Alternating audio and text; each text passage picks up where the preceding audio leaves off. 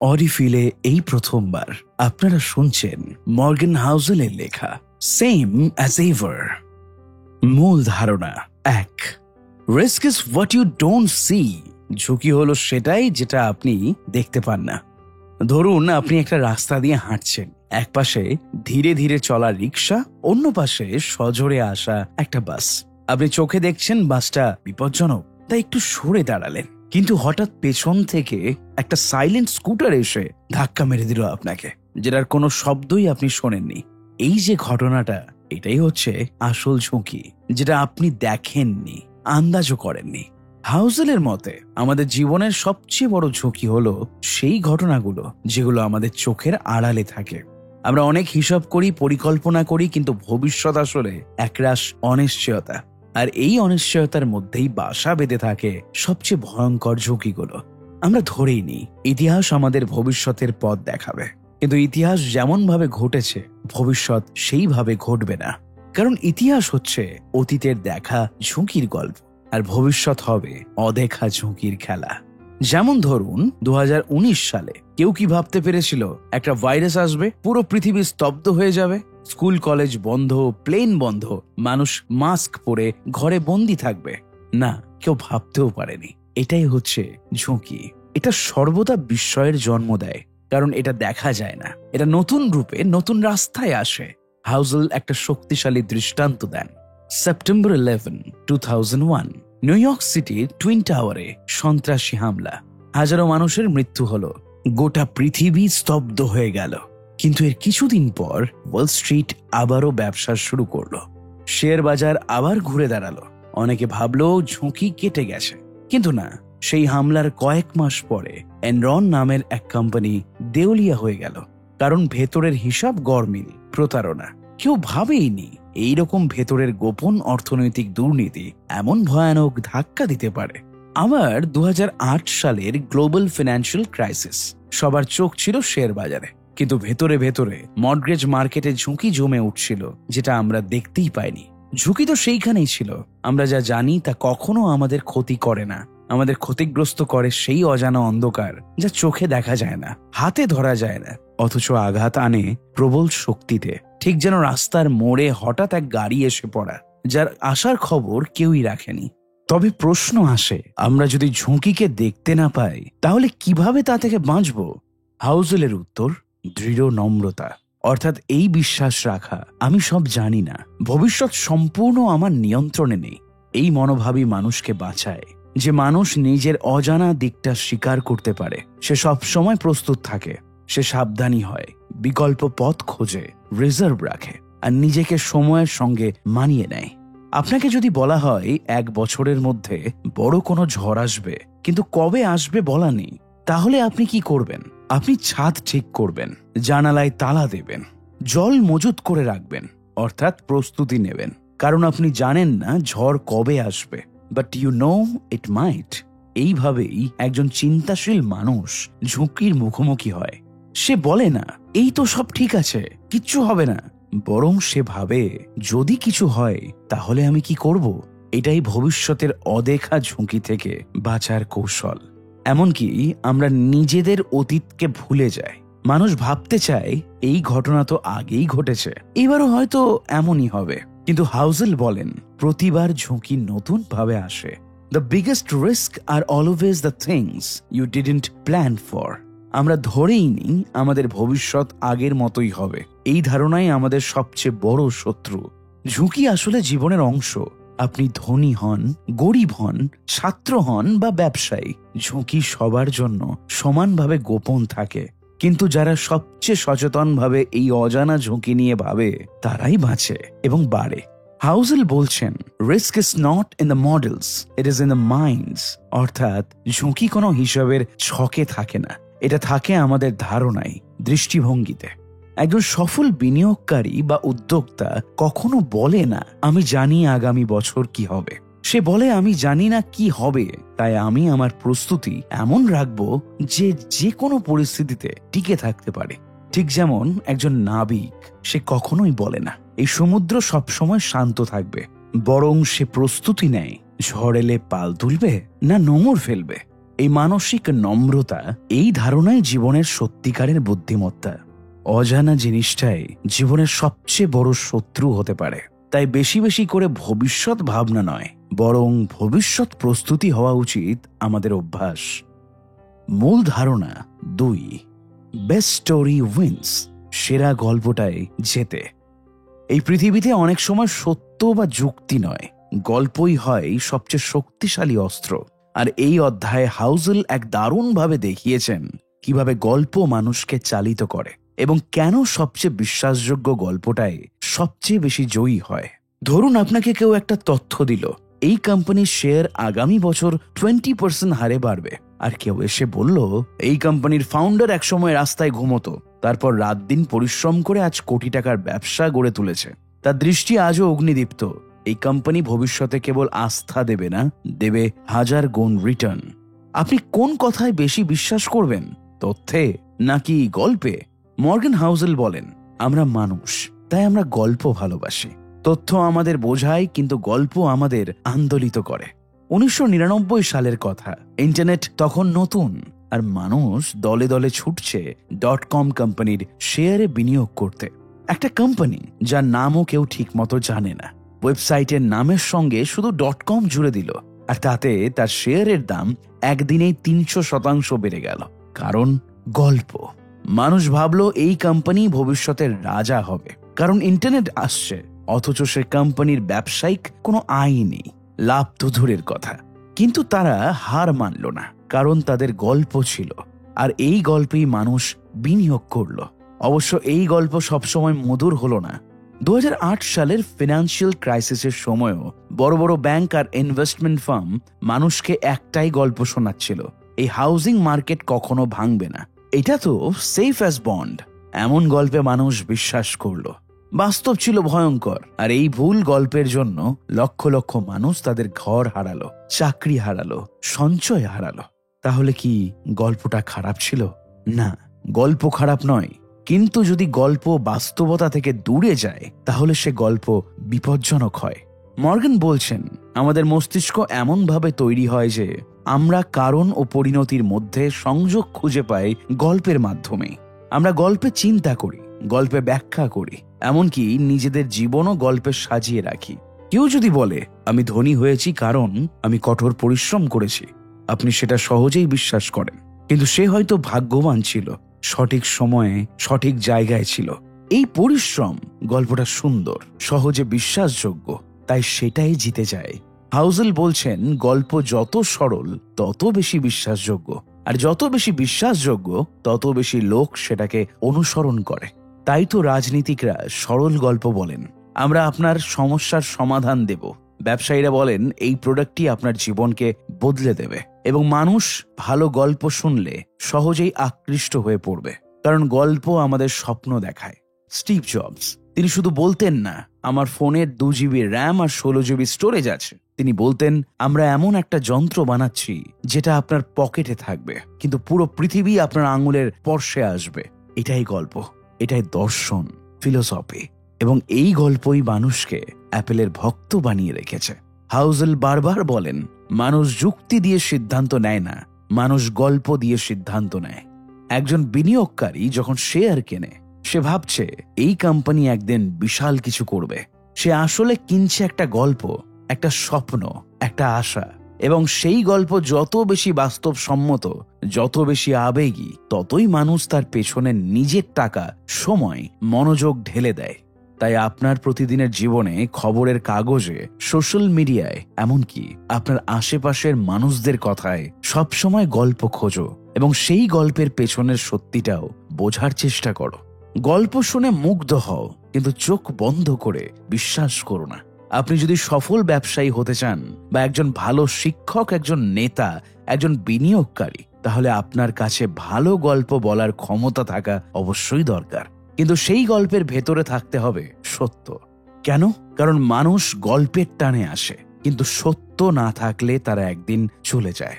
সত্য যখন গল্পের রূপ পায়, তখনই সে সবচেয়ে বেশি শক্তিশালী হয়, আর সবচেয়ে বিশ্বাসযোগ্য, বাস্তব সম্পন্ন গল্পটাই জিতে যায়। মূল ধারণা 3, come plants the seeds of crazy. চুপচাপ সময়ই সবচেয়ে বেশি বিপজ্জনক হয়। যে সময়টা আপনি সবচেয়ে নিরাপদ মনে করেন, সেই সময়ই ভবিষ্যতের সবচেয়ে বড় ঝুঁকির সূচনা হয়। ভাবুন তো একবার, ব্যাংকে সুদের হার কম, বাজার স্থির, সবার মুখে হাসি, কোনো যুদ্ধ নেই, অর্থনীতি এগোচ্ছে ধীর অথচ ধারাবাহিক গতিতে। এই সময়টাই সবচেয়ে শান্ত, সবকিছু ঠিকঠাক চলছে, লাইফ ইজ গুড। কিন্তু হাউজেল বলেন, এমনই শান্ত সময়ে মানুষ ভুলে যায় আগুন কতটা পুড়ায়, ভুলে যায় ঝড় আসার আগে সবকিছু কেমন নীরব থাকে। মানুষ যে কোনো রিস্ক ভুলে যায় যখন সেটা আর তার সামনে নেই। ধরা যাক কয়েক বছর ধরে বাজারে মন্দা হয়নি, লোকেরা তখন বলে মার্কেট তো বেশ মজবুত এখন, বাবা আমি এবার বড় ইনভেস্টমেন্ট করব। রিস্ক ওসব আগের যুগের কথা। এই আত্মবিশ্বাসী তৈরি করে হয়তো পরবর্তী ধ্বংসের ভিত্তি। হাউজেল বলেন, when everything feels safe, people start taking risk they would never dare to take when things felt dangerous। 2008 সালের সেই মহামন্দার কথা মনে আছে তো? তার আগে প্রায় এক দশক ধরে মার্কেট ছিল স্থিতিশীল। সাবপ্রাইম মর্টগেজ, লিভারেজড ইনভেস্টমেন্ট সব হচ্ছিল একেবারে শান্ত পরিবেশে। লোকে ভাবছিল ঘরবাড়ির দাম তো আর কমবে না। আর তখনই আসলো ভয়ঙ্কর সেই ধস। ব্যাংক, ইনভেস্টর, সাধারণ মানুষ সবাই লুট হয়ে গেল। আর এই সবকিছুর বীজ রোপণ হয়েছিল সেই শান্ত সময়ে। এই ঘটনাগুলো শুধু অর্থনীতিতে নয়, আমাদের ব্যক্তিগত জীবনেও প্রতিফলিত হয়। আপনার যদি 5 বছর কোনো অসুখ না হয়, তবে আপনি ভাবতে শুরু করেন আমার তো অসুখ হয় না, ব্যায়াম না করলেও চলবে।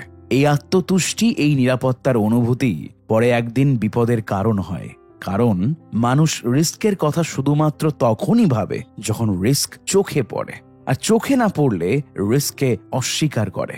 একজন বিনিয়োগকারী ধরুন গত কয়েক বছর লাভেই আছে, সে তখন ভাবে আমি তো গেমটা বুঝে গেছি। সে আরো বেশি টাকা ঢালে, আরো বেশি রিস্ক নেয়, আর তখনই ছোট একটা ঘটনায় সব ওলটপালট করে দেয়। শান্তির সময়ে শুরু হয় এমন রূপকথা যার পরিণতি হয় এক আচমকা দুঃস্বপ্নে।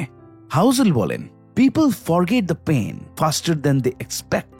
যখন যুদ্ধ হয়, দুর্ভিক্ষ হয়, মানুষ বলে এবার আমরা শিখে গেলাম। কিন্তু মাত্র 5-10 বছর পরেই আমরা আবার ভুলে যাই। আমরা ভাবি এমন কিছু আর হবে না। আমরা ইতিহাসকে দেখি যেন সে শুধুই গল্প, কিন্তু ইতিহাস বারবার ফিরে আসে। বদলে যায় শুধু নাম আর চেহারা। শুধু অর্থনীতি নয়, রাজনীতিতেও তাই ঘটে।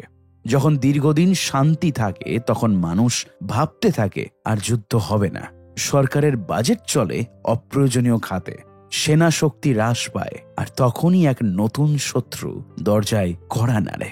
শান্ত সময় লোককে দুর্বল করে, এবং দুর্বলতা হলো সবচেয়ে বড় আহ্বান ধ্বংসের। Don't be fooled by calm, use calm to prepare for crazy. মানে শান্ত সময়কে উপভোগ করো, কিন্তু ব্যবহার করো প্রস্তুতির জন্য। একজন জ্ঞানী বিনিয়োগকারী শান্ত বাজারে রিস্ক কমায়। একজন সচেতন নাগরিক চুপচাপ সময়ে সিস্টেম মজবুত করে। একটা বিখ্যাত প্রবাদ আছে, hard times create strong men, strong men create good times, good times create weak men, weak men creates hard times. এই চক্রটাই চলতে থাকে। আমরা যতই উন্নত হই, ততই আমরা ঝুঁকি নিতে চাই, আর সেই ঝুঁকিই একদিন আমাদের পতনের কারণ হয়। আমরা যে শান্তি দেখি চারপাশে, তা আসলে স্থায়ী নয়, বরং এক মুহূর্তের মায়া। আপনার জীবনও যদি এখন সবকিছু ঠিকঠাক চলে, তবে এই সময়টা নিরাপদ ভাবার চেয়ে সচেতন হয়ে কাজ করাই শ্রেয়। কারণ পরবর্তী ধাক্কা কখন আসবে কেউ জানে না। শান্ত সময়ে জন্ম নেয় পাগলামি। আমাদের শিখতে হবে, যখন সবকিছু ঠিকঠাক চলছে তখনই ভাবো এখন কি ভুল করছি। যখন ঝুঁকি কম মনে হয়, তখনই জিজ্ঞাসা করো আমি কি রিস্ক নিচ্ছি না বুঝে। যখন শান্ত সময় আসে, তখন প্রস্তুত হও আগামী ঝড়ের জন্য। মূল ধারণা 4, এক্সপেকটেশনস অ্যান্ড রিয়ালিটি, প্রত্যাশা এবং বাস্তবতা। আশা আর বাস্তবতার ফারাকই আসলে আমাদের আনন্দ, হতাশা, ভয় আর তৃপ্তির মূল উৎস। ধরুন আপনি এক অফিসে চাকরি পেয়েছেন। আপনার আশা ছিল মাসে 50,000 টাকা, কিন্তু যখন অফার লেটারে দেখলেন 70,000, তখন তো আপনি আনন্দে আত্মহারা। কিন্তু ঠিক 1 বছর পর আপনি সেই একই বেতনে হতাশ, কারণ এবার আপনার আশা বেড়ে গেছে 90,000-এ। অথচ আপনি তো আগের থেকেও ভালো আয় করছেন। এইখানেই এসে যায় হাউজেলের মূল বক্তব্য। It's not your conditions, it's your expectations that decide how you feel. Housel বলেন, মানুষের অনুভূতির মূল চালিকা শক্তি হচ্ছে প্রত্যাশা। আপনি যদি খুব খারাপ কিছুর প্রত্যাশা করেন আর শেষে মাঝারি কিছু পান, তাহলে সেটা হবে আপনার জন্য আনন্দ। আর যদি চমৎকার কিছু আশা করেন কিন্তু সেটি পূরণ না হয়, তাহলে হতাশা গ্রাস করে আপনাকে। এই মাইক্রো স্তরের সাইকোলজিক্যাল সত্যই আমাদের জীবনের প্রতিটি খণ্ডকে নিয়ন্ত্রণ করে। চলুন এক নজর দিই স্টক মার্কেটের দিকে। অনেক সময় কোনো কোম্পানির আয় পূর্বাভাস অনুযায়ী ভালোই হয়, তবুও তার স্টক পড়ে যায়। কেন? কারণ ইনভেস্টরদের প্রত্যাশা ছিল আরো বেশি। তারা ভেবেছিল কোম্পানিটি আকাশ ছুঁয়ে ফেলবে, কিন্তু সেটা যখন হয়নি তখন তারা হতাশ হয়। বাস্তব খারাপ না, প্রত্যাশাই বেশি ছিল। আমরা সবকিছু বিচার করি তুলনা দিয়ে। আপনার যদি পুরনো একটা ফোন থাকে আর আপনি নতুন আইফোন কেনেন, তখন আপনি খুশি। কিন্তু যদি আপনার বন্ধুর ফোন হয় আইফোনের পরবর্তী মডেল, তখনই আপনি মনে মনে হেরে যান। হাউজেল বলেন, reality doesn't make us happy or sad, how it's compares to what we expected does. উইম্বলডনের একজন খেলোয়াড় যদি প্রথম রাউন্ডেই বাদ পড়ে, সে হয়তো হতাশ নয়, কারণ সে জানতো সে বড়জোর এখান পর্যন্ত আসতে পারে। কিন্তু ফাইনালে হেরে যাওয়ার খেলোয়াড়, যার প্রত্যাশা ছিল জেতার, সে হয় চূড়ান্ত ভাঙনের শিকার। এটাই প্রত্যাশা বনাম বাস্তবতার সংঘর্ষ। মানুষ যত ধনী হয় তার প্রত্যাশাও বাড়ে। একজন 10 লক্ষ টাকা উপার্জনকারী মানুষ একসময় তৃপ্ত থাকে না, কারণ সে তখন 20 লাখের দিকে তাকায়। আর এই অসীম প্রত্যাশার দৌড় মানুষকে সারা জীবন অস্থির করে রাখে। ধরুন কেউ একটি রোমান্টিক সম্পর্কের মধ্যে আছে। তার প্রত্যাশা, আমার পার্টনার সবসময় আমার সঙ্গে কথা বলবে, আমার খেয়াল রাখবে, সাপোর্ট করবে। কিন্তু বাস্তব জীবনে সম্পর্কের মধ্যে ঝগড়া আছে, ভুল বোঝাবুঝি আছে, ক্লান্তি আছে। তখনই সে ভাবে এই সম্পর্ক বুঝি ঠিক না। আসলে সম্পর্ক হয়তো ভালোই ছিল, প্রত্যাশাই বেশি ছিল। নিজের প্রত্যাশাকে ম্যানেজ করতে না পারলে কোনো কিছুর মাঝেই আনন্দ থাকবে না। তিনি বলেন, the ability to align expectations with reality is the true art of satisfaction. এটি শুধু মানসিক শান্তির চাবিকাঠি নয়, বরং বুদ্ধিমানের পরিচয়ও বটে। ধরুন একটা ব্যবসা মার খাচ্ছে, আপনি জানেন সময়টা কঠিন, আপনার প্রত্যাশাও সেই অনুপাতের নিচে থাকে। তখন যদি অল্প কিছু লাভ হয়, ইভেন আ স্মল উইন, তখন সেটা আপনার কাছে বড় প্রাপ্তি হয়ে দাঁড়ায়। এইভাবে প্রত্যাশাকে ম্যানেজ করায় বাস্তবের সঙ্গে মানিয়ে চলার উপায়। দ্বিতীয় বিশ্বযুদ্ধের সময় মানুষ জানতো ভবিষ্যৎ অনিশ্চিত। তাদের প্রত্যাশা ছিল বেঁচে থাকাটাই যথেষ্ট। যুদ্ধ শেষে যখন শান্তি ফিরে আসে, তখন মানুষ প্রচণ্ডভাবে কৃতজ্ঞ হয়ে ওঠে। এই কৃতজ্ঞতা থেকে জন্ম নেয় পরিবার, শিল্প, অর্থনীতি, উদ্ভাবন, যা পরবর্তীতে পৃথিবীকে বদলে দেয়। আজকের দিনে সোশ্যাল মিডিয়া, ইনফ্লুয়েন্সার, মার্কেটিং সব মিলে আমাদের প্রত্যাশা আকাশ ছোঁয়া। এই গাড়ি না থাকলে আপনি সফল নন, এই ব্র্যান্ড না পড়লে আপনি পিছিয়ে। আর এই ভাবনা থেকেই জন্ম নেয় হতাশা, চাপ, মানসিক অবসাদ। হাউজেল আমাদের বলেন, একটু কম প্রত্যাশা করুন, তাহলেই বেশি আনন্দ পাবেন। মূল ধারণা 5, ডাজ নট কম্পিউট, হিসাব মেলে না। ধরুন একজন মানুষ $20,000 ধার করেছেন শুধু নিজের ভবিষ্যতের এক সংস্করণকে ভালো রাখতে। আপনি হয়তো মুচকি হেসে বলবেন, আরে ভাই, এমন কেউ করে নাকি? কিন্তু সত্যিটা হলো, আমরা সবাই সেটা করি। আমরা যখন ক্রেডিট কার্ডে টাকা খরচ করি বা স্টুডেন্ট লোন নিই কিংবা ভবিষ্যতের জন্য ইনভেস্ট করি, সবটাই হচ্ছে ভবিষ্যতের আমিকে কিছু সুবিধা দিতে আজকের আমিকে কষ্টে রাখা। এই ধারণাটাই অনেকের মাথায় ঢোকে না। বেশিরভাগ মানুষ জটিল জিনিসগুলো সহজভাবে বোঝার চেষ্টা করে। তারা চায় সবকিছু যেন নির্ভরযোগ্য, সোজা সাপটা এবং স্থায়ী হোক। কিন্তু জীবন তো তেমন নয়। জীবন জটিল, অস্পষ্ট, অনিশ্চিত। এই জটিলতা, এই অনির্ধারিততাই মানুষকে চিন্তায় ফেলে দেয়। এখানে একটা গল্প বলা যাক। একবার একজন ধনী ব্যক্তি, যার সবকিছুই ছিল, গাড়ি, বাড়ি, সম্মান, অর্থ, কিন্তু একদিন সে তার সমস্ত সম্পদ বিক্রি করে দিয়ে বৌদ্ধ সন্ন্যাসী হয়ে গেল। লোকজন অবাক, এ কেমন কাজ? সবাই বলল, এটা নিশ্চয়ই কোনো মানসিক সমস্যা। কারণ আমাদের মস্তিষ্ক বলে, যার আছে সে আরো চায়, কিন্তু কেউ যদি উল্টোটা করে সেটা মেলাতে পারি না। আমরা প্রতিনিয়ত তথ্যের মধ্যে বসবাস করছি, নিউজ, সোশ্যাল মিডিয়া, রিপোর্ট, বিশ্লেষণ। কিন্তু হাউজেল বলেন, সব তথ্য যুক্তিবোধে রূপান্তরিত হয় না, কারণ আমরা প্রতিটা তথ্যকে দেখি আমাদের অভিজ্ঞতা আর বিশ্বাসের চশমা দিয়ে। একজন কৃষক যে তার জীবন কাটিয়েছে জমিতে, সে হয়তো জলবায়ু পরিবর্তনকে অস্বীকার করবে, কারণ সে প্রতিদিন প্রকৃতির সঙ্গে কাজ করে। তার বিশ্বাস আবহাওয়া এমনই, বর্ষা খরা আসে যায়। অথচ একজন বিজ্ঞানী বলবে, ডেটা দেখো, পৃথিবী গরম হচ্ছে। এখনো ডেটা এবং অভিজ্ঞতা দুইয়ের দ্বন্দ্ব।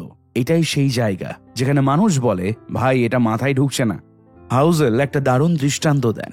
যখন কোনো কোটিপতি কোটি কোটি টাকা দান করে, আমরা ঠোঁট বাঁকিয়ে বলি, ওদের তো এত আছে, একটু দিলে কি বা ক্ষতি হলো। কিন্তু এবার নিজেকে ভাবুন, আপনার হাতে আছে মাত্র 1000 টাকা। তার মধ্যে থেকে আপনি যদি 10 টাকা দান করেন, তবে গর্ব ভরে মনে মনে বলেন, আমার তো খুব কম টাকা আছে, তারপরও আমি দিলাম। এখানেই লুকিয়ে আছে এক আশ্চর্য সত্য। যদি টাকার অনুপাতে হিসাব করি, তাহলে দেখা যায় আমরা নিজেরা ধনীদের তুলনায় আসলে অনেক কম দান করি।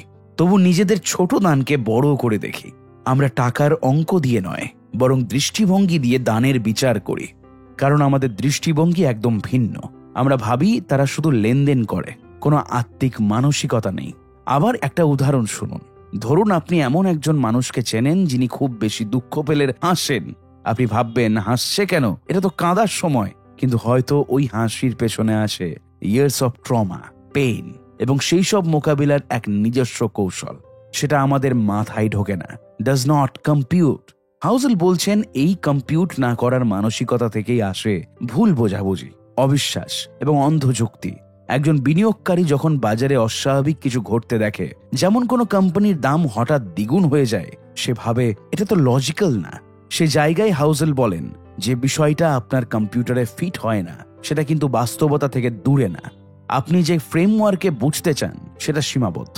এই সীমাবদ্ধতা থেকেই আসে ভুল সিদ্ধান্ত, অহংকার এবং নিজের ভাবনার বৃত্তেই আটকে পড়া। তাহলে উপায় কি? জীবনের সবচেয়ে বড় শিক্ষা হলো, সবকিছু আপনার যুক্তির সঙ্গে মেলে না তার মানে এই না যে সেটা ভুল। মাঝে মাঝে আমরা যেটা বুঝি না, সেটাই জীবনের বাস্তবতা। তাই খোলা মন, নম্রতা এবং অজানাকে গ্রহণ করার সাহসী মানুষকে পরিপক্ক করে। তিনি পরামর্শ দেন, আপনি যখন কোনো কিছুকে বুঝতে পারছেন না, তখন সেটাকে বাতিল করো না, বরং ভাবুন, আমার অভিজ্ঞতা হয়তো এইখানেই থেমে গেছে, কিন্তু এর বাইরেও একটা পৃথিবী আছে। জীবন এক অদ্ভুত গল্পের নাম। এখানে যা ঘটছে তার অনেকটাই আপনি আগে বুঝতে পারবেন না, কিন্তু তার মানে এই নয় যে তা ভুল। একজন মানুষ কেন তার চাকরি ছেড়ে পাহাড়ে চলে যায়?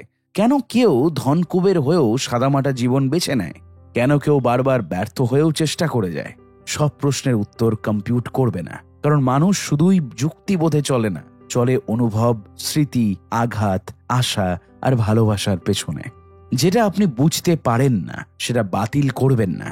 সেটা হয়তো আপনার ফ্রেমওয়ার্কের বাইরে, কিন্তু পৃথিবীর বাস্তবতার মধ্যেই আছে। সুতরাং চোখ বড় করে দেখুন, মন খোলা রাখুন, আর মনে রাখবেন, সবকিছুর উত্তর আপনার কাছে থাকবে না। তবে প্রশ্ন করা, গ্রহণ করা আর শেখার মানসিকতায় আপনাকে আরো পরিপক্ক করে তুলবে। মূল ধারণা 6, it's suppose to be hard. কঠিন হওয়াটাই স্বাভাবিক। আমরা যখন জীবনের নানা কঠিন পরিস্থিতির সম্মুখীন হই, তখন আমাদের মনে এক ধরনের প্রশ্ন চলে আসে, জীবনটা কেন এত কঠিন, বা এটা কি কখনো ঠিক হবে না? অনেক সময় মনে হয়, যদি জীবনের সমস্যা এতটা জটিল না হতো, তবে কি আরো ভালো হতো না? কিন্তু সত্যি বলতে, জীবন নিজেই এমন একটা প্রক্রিয়া যেখানে সাফল্য অর্জন বা উপভোগের অনুভূতি আসার জন্য কিছু না কিছু কঠিনতা বা বাধা আসতেই পারে। এটি স্বাভাবিক এবং এমনই হওয়া উচিত। জীবনে কঠিন সময় আসাটাই স্বাভাবিক। এটি এমন কিছু নয় যা এড়ানো সম্ভব। আমাদের সমাজ বা সংস্কৃতি যে সরলীকৃত বা দ্রুত ফল লাভের ধারণা প্রচার করে, তা আসলে বাস্তবতার সঙ্গে অনেক দূরের বিষয়। তবে এই কঠিনতা আমাদের কাছে অনেক সময় অপ্রত্যাশিত এবং হতাশাজনক মনে হতে পারে। আমরা মনে করি, যদি পরিস্থিতি এতটা জটিল না হতো বা এতটা প্রতিযোগিতা না থাকতো, তবে কি আমাদের সফলতা আরো দ্রুত আসতো না? কিন্তু এই অধ্যায়ে হাউজেল আমাদের বোঝানোর চেষ্টা করেছেন যে কঠিনতা বা বাধাগুলো আমরা সম্মুখীন হই, সেইগুলোই আমাদের জীবনের মূল এক্সপেরিয়েন্সের অংশ। আসল কথাটা হলো, জীবনে সাফল্য পেতে হলে এই বাধাগুলোর মধ্যে দিয়েই যেতে হয়। এখন আপনি ভাবছেন, এই সব কঠিনতাগুলো কেন আসে? মর্গান হাউজেল আমাদের বলেন, যত বেশি কঠিন কিছু অর্জন করতে চাইবেন, ততই সেখানকার বাধাগুলো কঠিন হতে থাকবে। একটি সাধারণ উদাহরণ হিসেবে, সফল উদ্যোক্তা হওয়া বা শীর্ষ সাফল্যের শিখরে পৌঁছানো সহজ কাজ নয়। এতে অনেক সময় পরিশ্রম, ভুল এবং নানা ধরনের বিপত্তি আসে।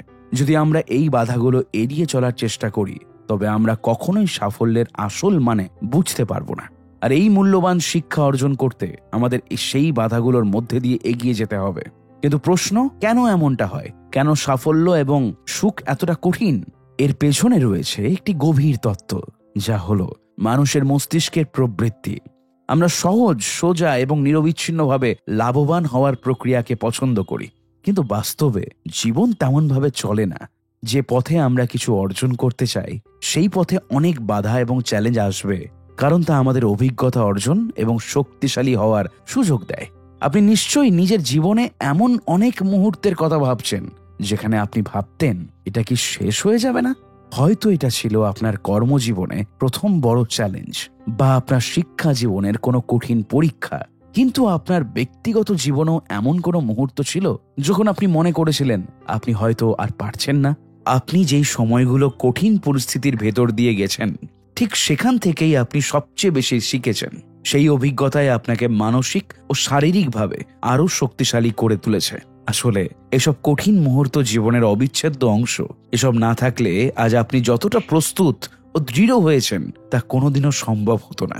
মর্গান হাউজেল আরো বলেন, কঠিন সময়গুলো আসলে আমাদের শেখায় আমাদের মানসিকতা কেমন হওয়া উচিত। যদি আমরা সবসময় সফলতার সহজ পথ খুঁজে থাকি, তবে কখনোই জীবনের প্রকৃত গভীরতা আর তার প্রকৃত মূল্য বুঝতে পারবো না। কারণ সেই মুহূর্তগুলো আমাদের জীবনে সবচেয়ে কঠিন ছিল। সেগুলোর মধ্যে দিয়েই আমরা সবচেয়ে বড় শিক্ষা অর্জন করেছি। আপনি যখন একটা বড় লক্ষ্য বা ইচ্ছা নিয়ে এগোচ্ছেন, তখন আপনি জানবেন না সেই পথে বাধা আসবেই। কিন্তু এই বাধাগুলোর প্রতি আমাদের দৃষ্টিভঙ্গি যদি বদলে যায়, তবে আমরা বুঝতে পারবো এগুলো আসলে আমাদের জন্য কোনো ধরনের বাধা নয়, বরং এগুলো আমাদের শক্তি এবং ধৈর্য অর্জনের সুযোগ। আসল কথা হলো, জীবন কখনোই সহজ হবে না, এটা শুধু কঠিন হবে। কিন্তু এই কঠিনতার মধ্যে দিয়েই আমাদের সেরা সংস্করণ বেরিয়ে আসে। আপনি ভাবুন, পৃথিবীতে কোনো সফল মানুষ কি কোনোদিনও সহজ পথে পৌঁছেছেন? তারা সবাই তাদের জীবনের কঠিন সময়ে হাল ছাড়েননি, এবং সেই কঠিন সময়গুলোই তাদের আরো শক্তিশালী করছে। আমাদের জীবনে কোনো কিছু অর্জন করতে গেলে সেই কঠিন সময়গুলোকেই আমাদের বন্ধু হিসেবে গ্রহণ করতে হবে। মূল ধারণা 7, টু মাচ, টু সুন, টু ফাস্ট। অনেক বেশি, খুব দ্রুত, খুবই শীঘ্রই। আমাদের জীবনের প্রতিটি মুহূর্তেই ঘটে চলেছে পরিবর্তন। প্রযুক্তির অগ্রগতি, সামাজিক চাহিদার রদবদল, কিংবা অর্থনৈতিক পরিস্থিতির ওঠানামা।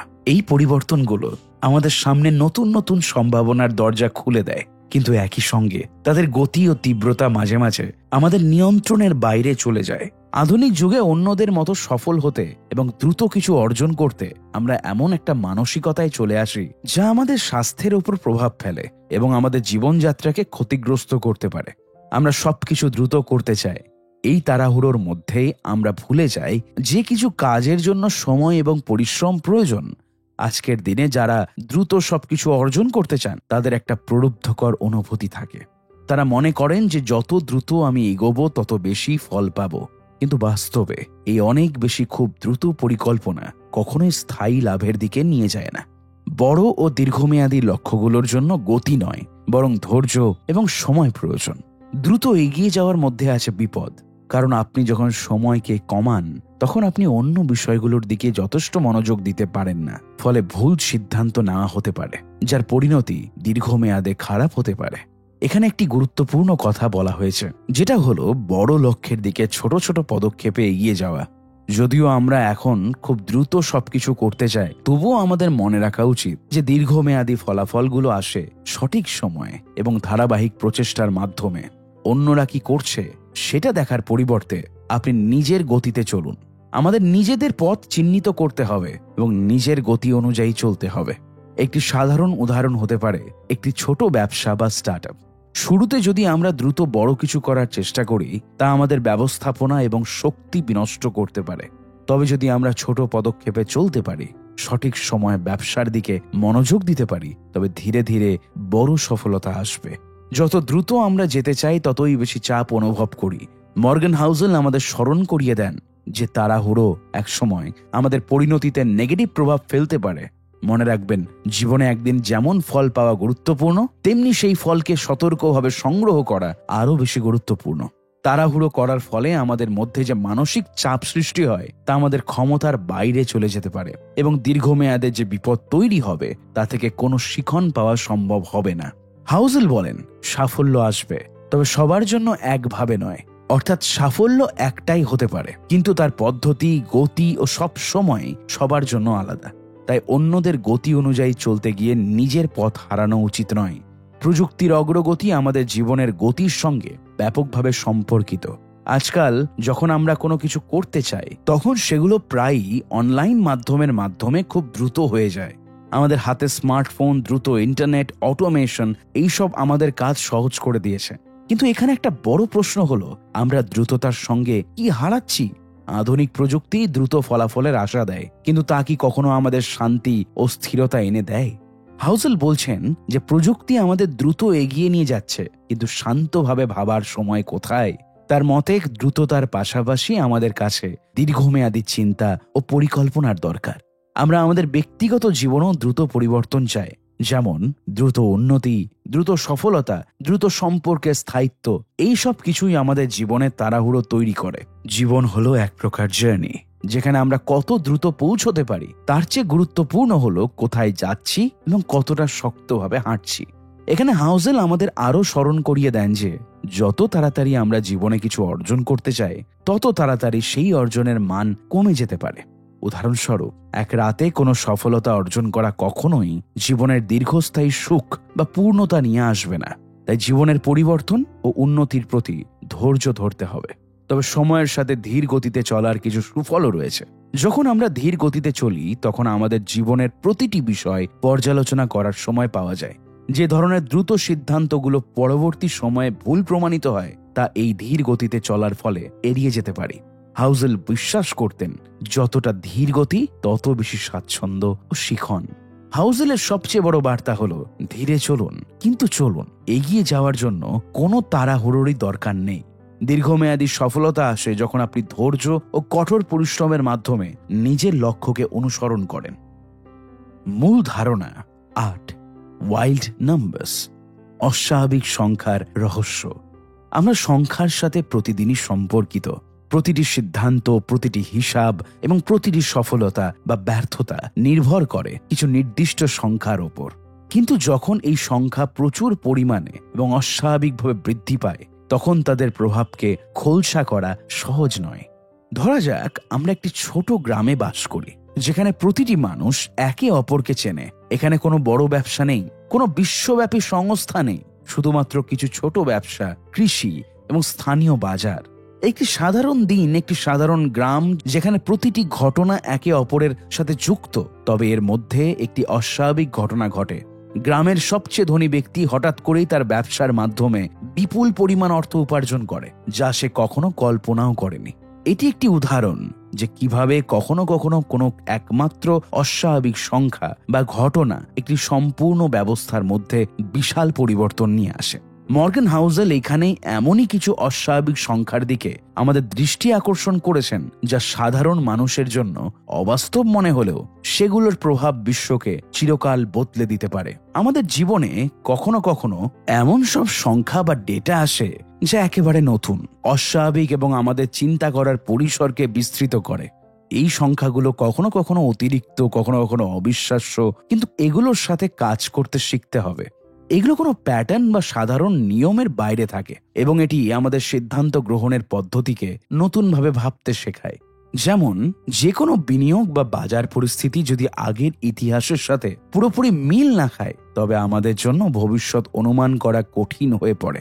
অথচ এই অস্বাভাবিক সংখ্যা বা পরিস্থিতিগুলো কিছু সময়ের পর একে অপরের সাথে সম্পর্কিত হতে পারে এবং নতুন প্রবণতাও সৃষ্টি করতে পারে। হাউজেলের মতে আমাদের এই অস্বাভাবিকতার প্রতি আরো খোলামেলা মনোভাব থাকতে হবে। তবে অস্বাভাবিক সংখ্যা শুধু পজিটিভ নয়, এর বিপরীত দিকও থাকে। একটি উদাহরণ হোক, 2008 সালের অর্থনৈতিক সংকট। এই সংকট ছিল একটি প্রমাণ যে কখনো কখনো কোনো নির্দিষ্ট ক্ষেত্রের ওয়াইল্ড নাম্বারস, অর্থাৎ অস্বাভাবিক সংখ্যা, আমাদের জীবনকে তছনছ করতে পারে।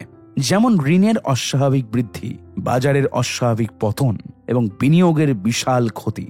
হাউজেল এই ধরনের পরিস্থিতির গভীরে গিয়েও দেখেন এবং তিনি বলেন, আমাদের সিদ্ধান্তগুলো যেন অতীতের ধারাবাহিকতায় না হয়, বরং এই অস্বাভাবিক মুহূর্তগুলোর মধ্যে আমাদের আরো সাবধানতা অবলম্বন করা উচিত। এখানে মর্গান হাউজেল একটি গুরুত্বপূর্ণ কথা বলেন।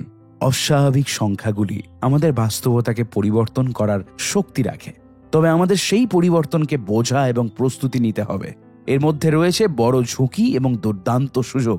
আমাদের কাজ হলো সঠিক সময়ে সঠিক সিদ্ধান্ত নেওয়া, যাতে সেই অস্বাভাবিক সংখ্যাগুলোর বিরুদ্ধে আমরা ক্ষতির পরিবর্তে লাভ অর্জন করতে পারি। যে কোনো অস্বাভাবিক সংখ্যা শুধু কিছু অগাছালো সংখ্যা নয়, বরং তা একটি গভীর অর্থপূর্ণ ইঙ্গিত।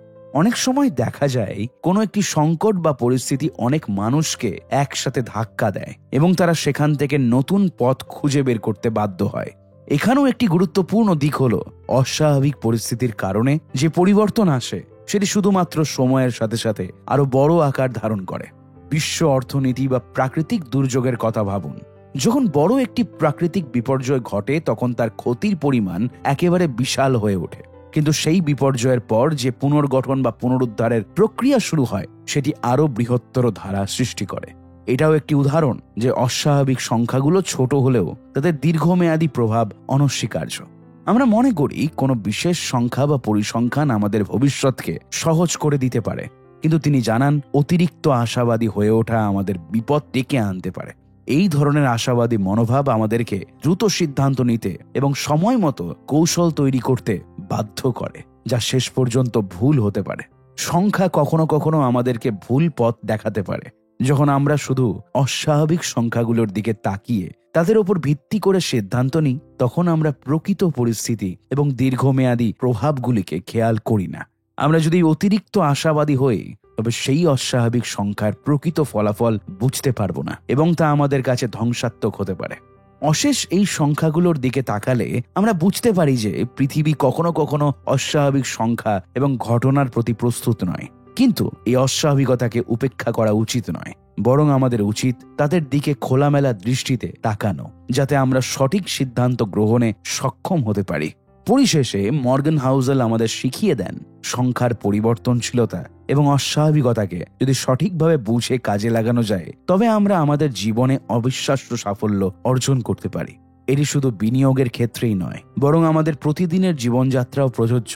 আমাদের কাছে যে অস্বাভাবিক কিছু সংখ্যা বা ঘটনা আসে তা হয়তো ভবিষ্যতের পরিবর্তনের ইঙ্গিত দেয়।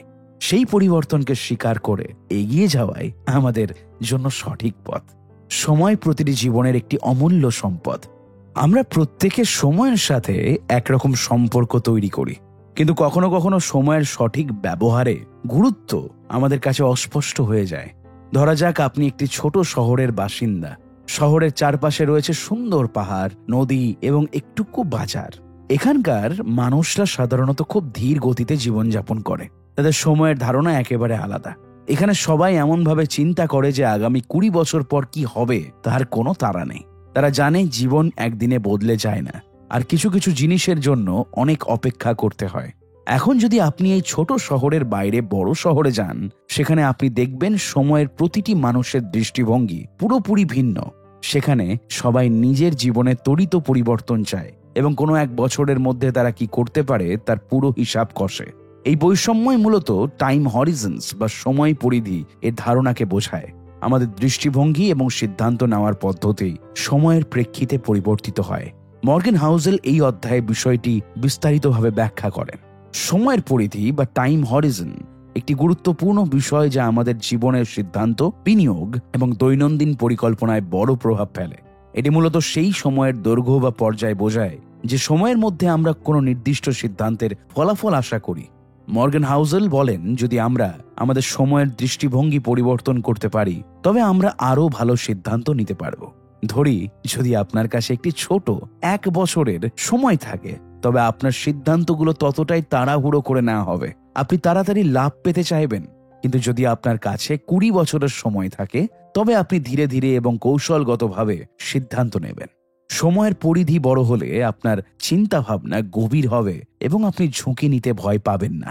হাউজেল এই অধ্যায়ে দেখিয়েছেন যে বিভিন্ন মানুষের সময়ের ধারণা এবং এটি তাদের বিনিয়োগের পদ্ধতি, ব্যক্তিগত জীবন এবং দৈনন্দিন পরিকল্পনার মধ্যে বড় প্রভাব ফেলে। সে কারণে সময় পরিধির গুরুত্ব অতিরিক্ত। আমাদের অনেক সময় এমন ধারণা থাকে যে অধিক সময় থাকলে সবকিছু ভালো হবে, কিন্তু আসলে ব্যাপারটি একটু ভিন্ন। সময়কে কেবল অধিক মনে করা ঠিক নয়, বরং সেটা কিভাবে ব্যবহার করা হচ্ছে সেটাকে বোঝা উচিত। ধরা যাক আপনি 20 বছর ধরে আপনার একটি স্টক পোর্টফোলিও মেনটেন করে রাখছেন, তবে আপনি এমন একটি পরিকল্পনা গ্রহণ করবেন যা ধীরে ধীরে আপনাকে লাভের দিকে নিয়ে যাবে। আপনি হয়তো ঝুঁকি গ্রহণ করবেন না, কারণ আপনি জানেন সময় আপনার পক্ষে থাকবে। কিন্তু অন্যদিকে যদি আপনি খুব দ্রুত লাভ চান, তবে সেই পরিকল্পনা হয়তো 1 বছর বা তার কম সময়ে একটি বর্ধিত লাভ দেয়, তবে তা দীর্ঘমেয়াদে স্থিতিশীল নাও হতে পারে। মর্গান হাউজেল এখানে সময়ের ধারণাকে বিশ্লেষণ করতে গিয়ে বলেন, একদিকে আমাদের অল্প সময়ের সিদ্ধান্তগুলো দ্রুত ফল দেয়, কিন্তু দীর্ঘ সময়ের পরিকল্পনা স্থিতিশীল এবং মজবুত হয়। এই অধ্যায়ে বিশেষভাবে সময়ের পরিধির গুরুত্ব বোঝানো হয়েছে বিনিয়োগের ক্ষেত্রে। হাউজেল বলছেন, একজন বিনিয়োগকারী যদি জানে তার সামনে 10 থেকে 20 বছরের সময় রয়েছে, তবে সে সময়ের মধ্যে প্রকৃত উন্নতি এবং লাভ দেখে তার সিদ্ধান্ত পরিবর্তন করবে। তবে যদি বিনিয়োগকারী কেবল 1 বছরের মধ্যে লাভ দেখতে চায়, তবে সে উচ্চ ঝুঁকি নিতে পারে বা তার বিনিয়োগের পরিকল্পনা তাড়াতাড়ি পরিবর্তন করতে পারে। হাউজেল বলেন, এই দুই ধরনের বিনিয়োগকারী একে অপরের থেকে সম্পূর্ণ আলাদা, কারণ তাদের সময়ের দৃষ্টিভঙ্গি ভিন্ন। তবে প্রশ্ন আসে, অধিক সময়ের পরিধি কি সব সময়ই ভালো?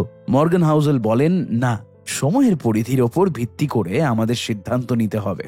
কখনো কখনো দীর্ঘ সময় ধরে কোনো বিনিয়োগ ঘাটতি দেখা দিতে পারে, আবার কখনো একটি ছোট সময়ের মধ্যে প্রকৃত লাভও সম্ভব। আজ পর্যন্ত এইখানেই সেম অ্যাজ এভার বইয়ের যাত্রা শেষ করতে করতে আমরা আসলে একটা সত্য বুঝতে পারলাম। ভবিষ্যৎ যতই অনিশ্চিত হোক না কেন, মানুষের আচরণ, লোভ, ভয়, হতাশা, আশা আর ভুলগুলো প্রায় একই রকম হয়ে থাকে। সমাজ বদলায়, প্রযুক্তি এগোয়, অর্থনীতি ওঠানামা করে, কিন্তু এই মৌলিক সত্যগুলো কখনো বদলায় না। আর সেই কারণেই যাদের হাতে এই সত্যগুলো ধরার ক্ষমতা রয়েছে, তারাই আগে ভাগে বুঝতে পারে কোন পথে হাঁটতে হবে, কোন ভুল এড়িয়ে চলতে হবে। ভাবুন তো, আমরা যদি বারবার একই ভুল না করি, যদি আমরা ইতিহাসের শিক্ষা থেকে শিখে আগামীর সিদ্ধান্ত নিই, সেম অ্যাজ এভার আমাদের সেই চশমা দেয় যেটা পড়ে আমরা বুঝতে পারি আসলে নতুন কিছু নয়, বরং একই জিনিস ভিন্ন আকারে বারবার আমাদের সামনে আসছে। তাই বলছি, ভবিষ্যৎ নিয়ে আতঙ্কিত না হয়ে এই বইয়ের শিক্ষা মনে রাখুন। লোভ নিয়ন্ত্রণ করতে হবে, ভয়কে চিনতে হবে, প্রলোভনের ফাঁদ বুঝতে হবে। তাহলেই আমরা অন্ধকারেও আলোর দিশা খুঁজে পাব। শেষ করার আগে একটাই কথা বলবো, ভবিষ্যৎ নিয়ে দুশ্চিন্তা নয়, বরং মানুষের চিরন্তন স্বভাবগুলোকে বুঝুন। কারণ যেমন মর্গান হাউজেল বলেছিলেন, সেম অ্যাজ এভার, সবকিছু বদলায়, কিন্তু কিছু জিনিস সবসময় একই থাকে, আর সেই সত্যগুলোই আপনাকে এগিয়ে নিয়ে যাবে।